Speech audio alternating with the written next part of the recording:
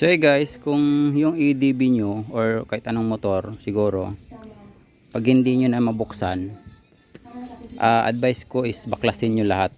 Yung tail light, yung dito sa bandang puwit, yung top box kung may box man, or yung bracket. Kasi mahihirapan kayong i-check dito sa yung mechanical lock nya sa likod. Hindi nyo yan ma-check kung hindi nyo babaklasin lahat. Ito kasi ang nangyari sa akin, naiwan yung tinanggal ko yung battery, tapos na-lock siya, tapos sira din tong dito na susian ko. Wala akong ganitong susian, wala.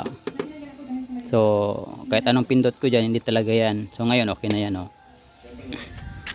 So makikita mo kasi ganito yan, oh.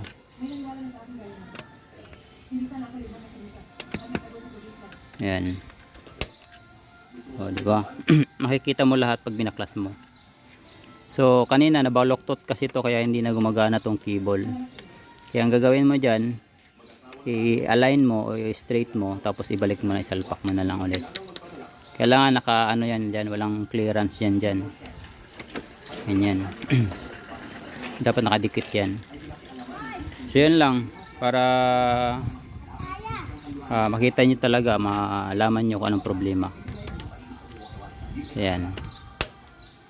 So ganyan. So kita nyo naman, gumagana na ngayon. Ayan, oh. Diba? Okay.